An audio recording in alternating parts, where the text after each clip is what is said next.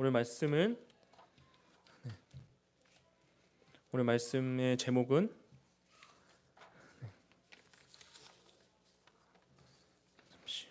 안식일의 의미에 대해서 여러분과 함께 말씀을 나누고자 합니다. 아까 제가 성경을 읽었을 때 쉬운 성경을 선택했어요. 왜냐하면 좀 더 의미를 좀 더 여러분들 이해하기 쉽게, 저도 이해하기 쉽게 전달하고자 좀 쉬운 성경을 선택해서 했는데 제가 어저께 말씀을 못 드려서 죄송하고요. 잘 들어주시기를 원합니다. 예수님께서는 마태복음 11장 28절부터 30절 말씀에 수고하며 무거운 짐을 진 사람은 모두 내게로 오너라. 내가 너희를 쉬게 하겠다. 나는 마음이 온유하고 겸손하니 내 멍에를 메고 나한테 배워라. 그리하면 너희는 마음의 쉼을 얻을 것이다. 내 멍에는 편하고 내 짐은 가볍다라고 가르치고는 안식일 날이 다가오는 그 무렵에 안식일이 왔고 그때 제자들을 데리고 밀밭 사이로 지나가십니다. 당시 예수님을 따르던 제자들은 음식을 담을 배낭도 없고 갈아입을 옷과 갈아 신을 신발도 없이 여행을 다녔기에 매우 피곤하고 그리고 허기가 진 상태였을 것입니다. 예수님께서는 의도적으로 안식일 날 그리고 제자들이 허기진 상태였을 때 밀밭을 지나가시고 때마침 배가 많이 고팠던 제자들이 이삭을 잘라 먹게 허용하세요. 이때 이들을 지켜보던 바리새인들이 등장해서 이삭을 잘라 먹은 제자들을 고발하며 예수님께 그 책임을 추궁하기 시작합니다. 제자들이 안식일 날 밀밭으로 이동하는 것은 고발의 대상은 아니었어요. 왜냐하면 당시 여행자들은 안식일 날 한 1100m 정도를 이동할 수 있었기 때문이에요. 그러나 문제가 된 것은 바로 안식일 날 이삭을 잘라 먹은 것이었어요. 바리새인들에게 안식일 날 이삭을 잘라 먹은 행위는 미드라시라는 율법서가 있어요. 거기에 39개의 규정에 어긋난 것이었고 이 규정에 근거했을 때 바리새인들의 관점에서는 제자들이 꽤 많은 것을 어겼을 것이라고 보여져요. 그 규정에 의하면 이렇습니다. 들어보세요. 이삭을 먹기 위해 뽑은 행위는 추수하는 행위였고 알곡을 분리하기 위해 비비는 행위는 타작 행위였으며 껍질을 불어서 먹어야 하는데 껍질을 부는 것은 키질로 해석해서 율법을 어긴 행위로 간주했어요. 참 별것을 다 만들었죠. 바리새인들의 입장에서는 2절에 예수님께 고발한 것처럼 해서는 안 될 일을 제자들이 저지른 거예요. 그렇다면 예수님께서 안식일날 밀밭으로 제자들을 데리고 가셔서 이삭을 잘라 먹게 하신 궁극적인 의도가 무엇일까요? 항상 의도가 있어요. 바로 신명기 23장 26절에 나오는 말씀을 통해 율법의 진짜 의미가 무엇인지 알려주고자 한 거예요. 바로 안식일날 뭐뭐를 하지 말아라 하는 그 계명보다 가난한 사람들이 남의 밭의 곡식을 잘라 먹는 허락하신 하나님의 자비로우심이 더 먼저임을 예수님께서 알려주시고자 안식일날 제자들로 하여금 이삭을 잘라 먹게 하신 거예요. 여러분 진짜 말씀은 먹지 말라가 아니라 계명보다 굶주린 자를 먹게 하는 게 진짜 하나님의 의도였어요. 바리새인들은 하나님께서 제정하신 율법의 참 정신과 원리를 모르고 있었어요. 그러니까 이삭을 잘라 먹는 그 과정만 보고 율법의 조항으로 계속해서 코치코치 캐낸 것이죠. 그런 죄들을 자기들의 눈에 보이는 듣기만 해도 굉장히 숨이 막히는 법이에요. 장로의 유전으로 무장한 바리새인들의 고발은 율법으로 하여금 율법의 멍에를 매게 해주는 결과를 초래하게 합니다. 율법을 통해 하나님의 의를 찾게 하기보다 율법으로 하여금 수고하는 것에 있어서 더한 수고를 가중하게 하고 무거운 짐을 더 지게 함으로 더 억압하고 짓누르게 하는 거예요. 왜냐하면 그들에겐 하나님의 온전하신 뜻이 아니라 돌에 새겨진 문자 그대로가 더 중요했기 때문에 그래요. 하나님의 마음이 아니라. 한 번은 제가 전 교회에서 어린이 친구들과 철로 역장이라는 애니메이션을 봤었어요. 근데 그 인상 깊었던 장면이 있었는데 그 주인공 크리스찬이 율법의 언덕이란 곳에 도착해요. 그리고 율법과 마주한 장면이 있었어요. 율법은 율법의 조항들이 적힌 돌판 언덕 맨 꼭대기에 재판장의 모습을 하고 있었어요. 막 돌같이 생기고 엄청 큰. 근데 크리스찬은 율법에게 내 등에 이 무거운 짐을 풀 수 있는 방법이 무엇입니까? 라고 물어요. 율법은 자신 있고 우렁찬 목소리로 자신이 있는 이 꼭대기로 올라오면 그 짐을 쉽게 풀 수 있을 것이라고 합니다. 크리스찬은 오를 만한 언덕을 바라보면서 언덕을 하나씩 올라가게 돼요. 그러나 올라갈수록 율법의 언덕은 계속해서 높아져요. 그리고 꼭대기에 앉아있는 율법은 더 매섭게 청둥과 바람을 통해서 크리스찬을 방해해요. 그리고 우렁찬 목소리로 계속해서 정죄를 하며 혼미하게 만듭니다. 결국 크리스찬은 중간쯤 올라가다가 결국 율법의 재판관의 방해로 말미암아 추락하게 돼요. 율법의 조항이 새겨진 돌판 언덕을 올라가다가 떨어진 크리스찬을 보며 율법의 조항이 새겨진 돌판 자체를 따른다는 것이 얼마나 우리들을 억압하고 억누르고 힘들게 하는지를, 그런 율법이 얼마나 역기능을 가지고 있는지 쉽게 깨닫게 되었었어요. 이렇게 율법의 멍에는 바리새인들이 제자들을 고발한 것과 같이 우리를 향해 계속해서 정죄하고 수고와 짐을 더하게 한다는 것을 보여줍니다. 이처럼 율법의 왜곡된 전신을 따라 자신들 눈에 들보는 깨달지 못하는 바리새인들에게 예수님께서 진정한 율법의 정신이 무엇인지 가르쳐 주시고자 합니다. 예수님께서 두 가지 예화를 들어 말씀하세요. 먼저 3절부터 4절까지의 다윗 이야기예요. 다윗이 사무엘상 21장에 사울 왕을 피해 도망다니고 있었을 때 예루살렘 남쪽에 위치한 높 안에 잠시 머물게 돼요. 다윗은 성막에 들어가 제사장들만 먹을 수 있는 진설병을 배고팠던 자기와 자기 부하들을 위해 달라고 요청해요. 그 율법을 어기고 먹는 사건을 예수님께서 말씀하시는 거예요. 제사장들만 먹을 수 있었던 떡을 먹은 것은 율법을 어긴 일이었지만 다윗과 부하들의 배고픔의 문제를 해결하기 위해 허용된 사건이었어요. 다윗은 하나님께 율법을 어긴 자신의 행위로 정죄받지 않았어요. 마찬가지로 예수님의 제자들 또한 비난받아서는 안 된다는 것을 예수님께서 정확하게 성경적인 근거로 보여주시는 거예요. 하나님께서 자비로 다윗의 담대함을 허락하셨고 다윗과 다윗의 부하들의 배고픔을 만족시켜 주셨어요. 예수님도 우리 성부 하나님의 뜻에 따라서 제자들이 안식일에 배고파함을 만족시키도록 허락하신 것이죠.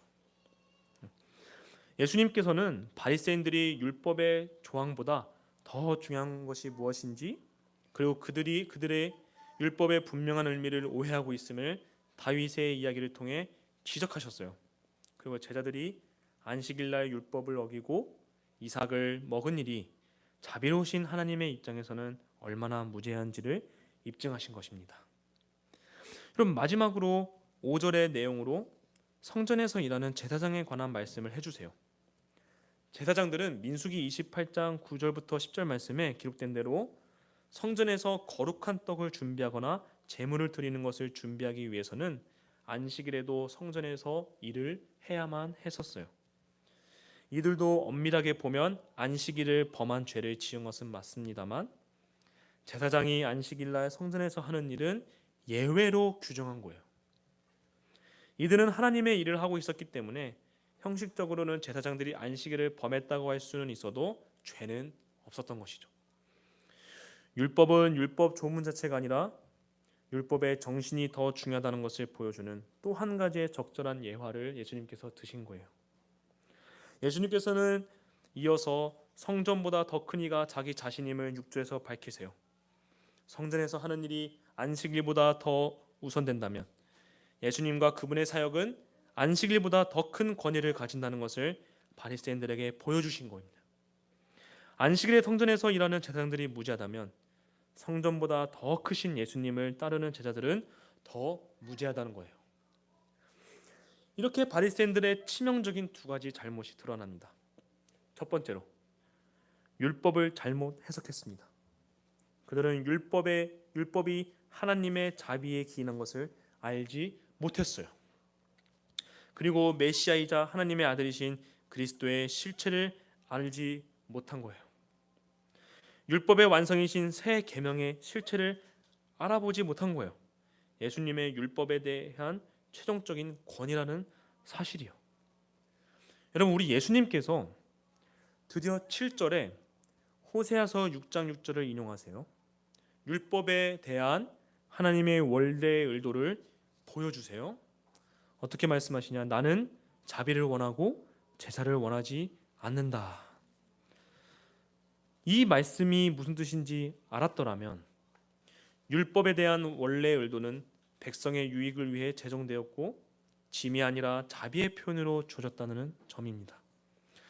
그러므로 예수님께서 제자들에게 이삭을 먹게 하신 것은 예수님 자신이 바로 자비를 바라는 호세아서의 그 하나님이며 제자들이 무죄함은 그들이 율법의 진정한 의미와 의도를 바르게 이해하고 그에 따라 행했기 때문이라는 겁니다. 예수님께서는 그러므로 바리새인들에게 율법을 지어주신 원래의 의도를 알았더라면, 그것이 자비라는 것을 알았더라면 너희가 함부로 내 제자들의 행위를 정죄할 수 있었겠느냐 하신 거예요.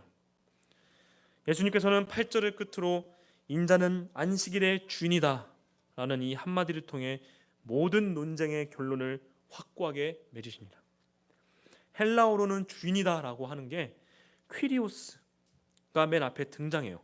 주인이다 라고 말씀하시며 예수님께서는 자신이 우주의 주인이시며 율법의 최종적인 해석자로서 안식일에 대해 절대적인 권세를 가지셨다는 것을 선포하십니다. 이 선포를 통해 예수님께서는 바리새인들이 왜곡한 율법의 정신을 바로잡으세요.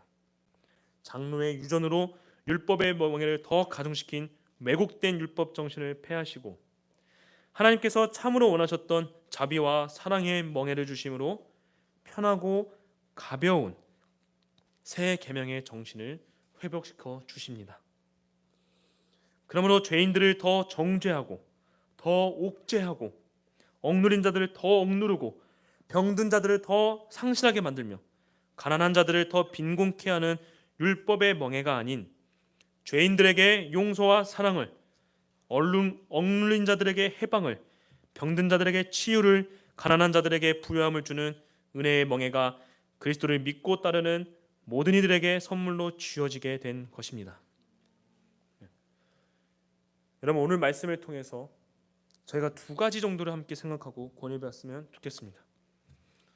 첫 번째로 오늘 말씀을 통해 함께 생각하고자 고민하고자 하는 것은 저희가 이 율법으로 상대방을 정죄하고자 하는 도구로 사용하고 있지는 않는지 우리의 신앙을 점검해봤으면 좋겠습니다. 오늘 본문 말씀 2절은 바리새인들이 제자들을 고발한 장면이죠. 우리 또한 바리새인과 같이 율법주의적인 태도를 가지고 하나님의 말씀을 통해 다른 지체들을 정죄하는 도구로 사용하고 있지 않는지 우리는 진지하게 우리 자신을 고민해봐야 할 거예요.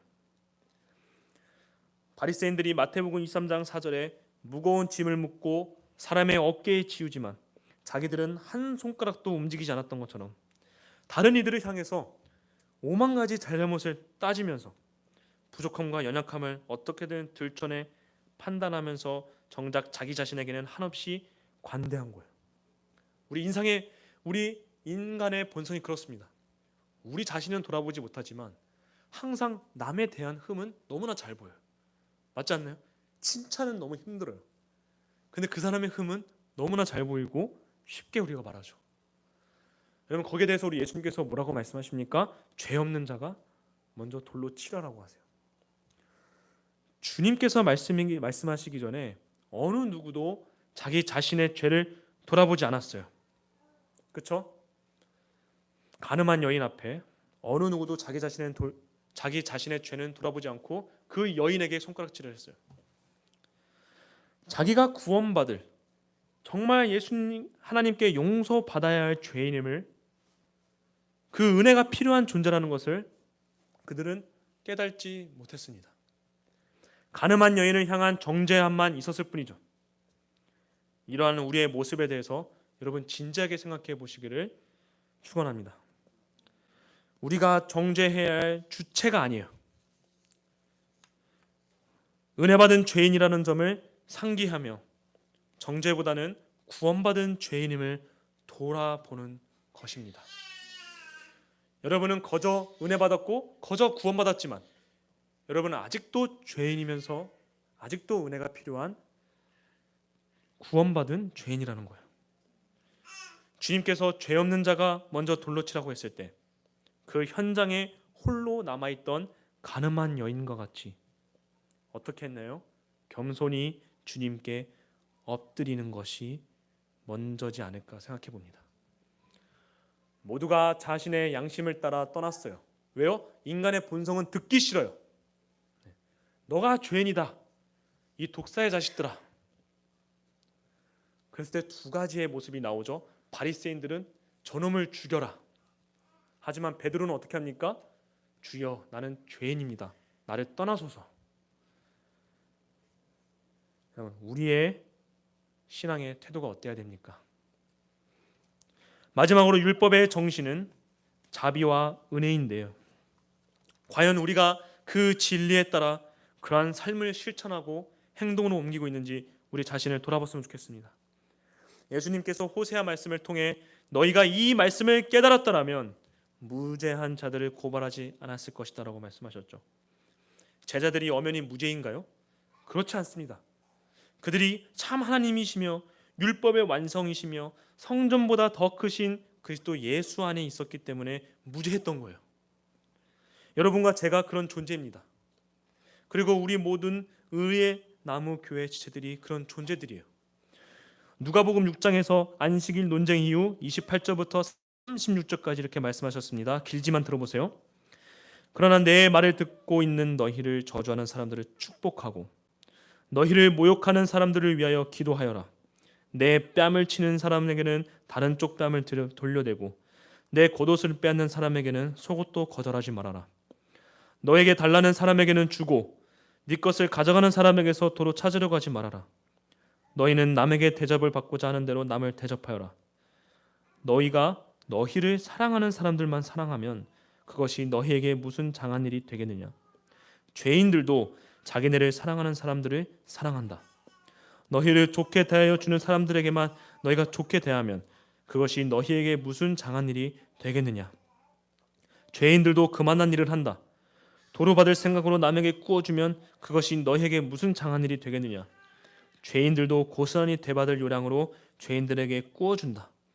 그러나 너희는 너희 원수를 사랑하고 좋게 대하여 주고 또 아무것도 바라지 말고 구워주어라. 그리하면 너희는 큰 상을 받을 것이요 더없이 높으신 분의 아들이 될 것이다. 그분은 은혜를 모르는 사람들과 악한 사람들에게도 인자하시다. 너희의 아버지께서 자비로우신 것 같이 너희도 자비로운 사람이 되어라.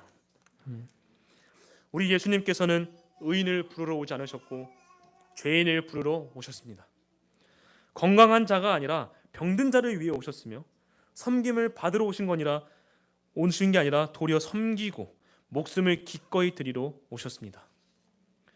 그리고 그분의 제자들도 작은 예수가 되어서 죄인들과 함께하고 병든 자를 고치며 이들도 종국엔 섬김의 삶을 살다가 모두가 순교합니다. 거꾸로 십자가에 매달리고 창에 찔려 죽고 칼에 배임받고 그들은 섬기다가 순교합니다. 우리 또한 주님의 제자들로서 새 계명의 주인을 따르는 우리도 주의 종들입니다. 우리의 참된 거듭남과 회심은 지식의 변화와 정의 변화와 의지의 변화예요. 그러므로 저희가 진리이신 예수 그리스도께서 누구이시며 율법의 참 정신이 무엇인지 안다면 여러분 누가복음 6장 말씀을 따라서 새 계명의 주인에게 순종하는 성도들이 되어야 할 것입니다. 이제 말씀을 마무리하고자 합니다. 우리 예수님께서 저에게 편하고 가벼운 멍에라는 값진 선물을 주셨어요. 그것은 정죄가 아니라 영원한 자비의 용서가 우리에게 허락되었다는 거예요. 그러므로 그 어떠한 율법의 조문도 여러분과 저를 향해 정죄의 화살을 날릴 수 없게 된 거예요. 저희가 그 자비하심을 누릴 자격이 있어서 하나님이 허락하신 게 아니에요. 오히려 자격이 없기에 하나님께서 선물로 주신 겁니다. 그러므로 이제부터는 그리스도를 통해 참 안식을 누리게 하신 하나님의 자비하심의 은혜를 교회 안의 지체들에게 사랑으로 전달해야 합니다. 하나님께서 저희에게 허락하신 그리스도의 멍에는 그 의미가 편하고 가볍다 하여 값싸게 여기면 안 돼요. 누가복음 말씀에서 예수님께서 말씀하셨듯이 우리는 그 받은 은혜를 우리 지체들에게 그리고 우리 이웃들에게 응당 나눠야 하기 때문입니다. 사랑하는 의회나무 교회 지체들 여러분, 많은 크리스천들이 머리로는 알지만 행함이 없습니다. 야고보서의 말씀을 보면 행함이 없는 믿음은 죽은 믿음이라고 해요. 모두가 다 알 수 있습니다. 그래, 나는 구원받은 죄인이지. 내가 주님의 말씀을 따라 살아야지. 근데 말로만 합니다. 목사들도 신학자들도 말로만 하는 경우가 많습니다. 그러나 여러분의 삶 속에서는 죽은 믿음이 아니라 행함이 있는 살아있는 믿음의 열매들이 왕왕 일어나기를 바랍니다. 그래서 믿지 않는 사람들이 여러분들을 봤을 때 저들은 어떻게 저런 삶이 나오지? 정말 저희가 천국이구나. 정말 하나님의 나라가 이 땅에 이루어지는 그 모습을 보고 많은 믿지 않는 그리스도인들이 여러분들을 통해서 예수 그리스도께 나오기를 축복합니다.